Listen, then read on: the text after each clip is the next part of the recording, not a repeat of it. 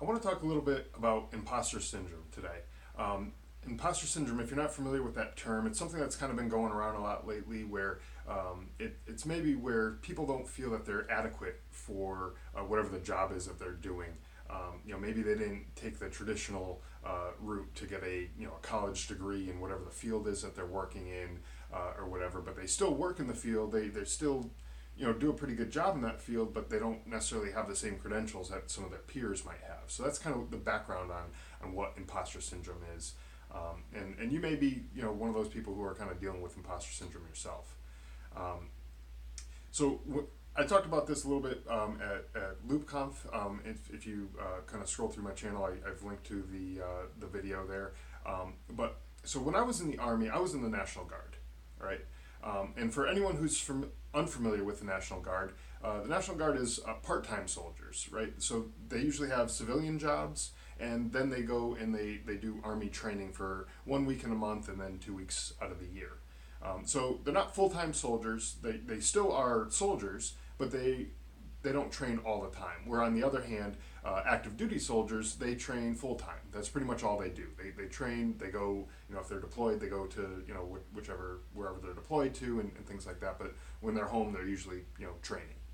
Um, so to active duty soldiers, the National Guard was somewhat of a joke. They came up with these funny names for us, and it kind of was one of those things where it kind of like brought us down a little bit because they kind of wanted us to feel almost like we weren't really soldiers.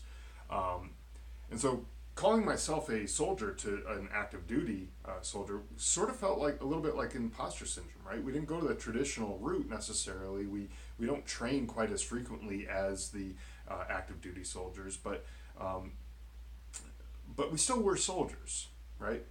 Um, and since we had also had civilian jobs for the most part, there was a high chance that the soldiers that we had in our unit, in our National Guard unit, did things other than kicking in doors and shooting at bad guys and all that kind of stuff that the regular active duty army would do. And so a diverse set of skills from our civilian jobs actually proved to be somewhat invaluable. We had mechanics, we had an AC repair guy. I was an accountant at the time that I was also a soldier. We even had people who were barbers that they worked at barbershops and they cut people's hair and stuff. So when we were deployed, having these things kind of in our back pocket was pretty useful.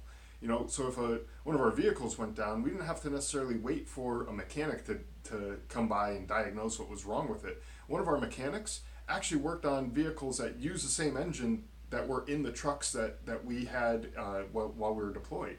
And so he was very familiar with these engines. He kind of knew what was wrong with it, and he was able to tell the mechanics by the time they got there, hey, this is what we need. These are the parts we need, things like that.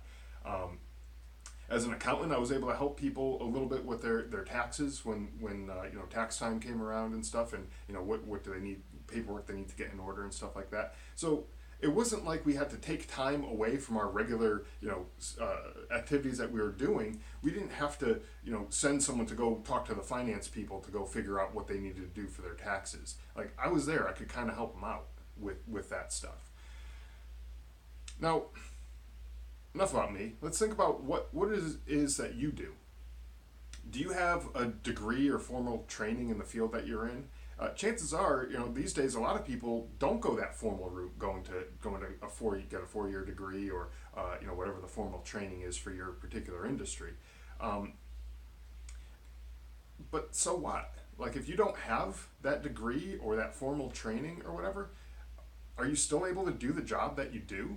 Or, do you have some other unique perspectives that maybe someone who went that traditional 4-year degree path maybe doesn't have in your field?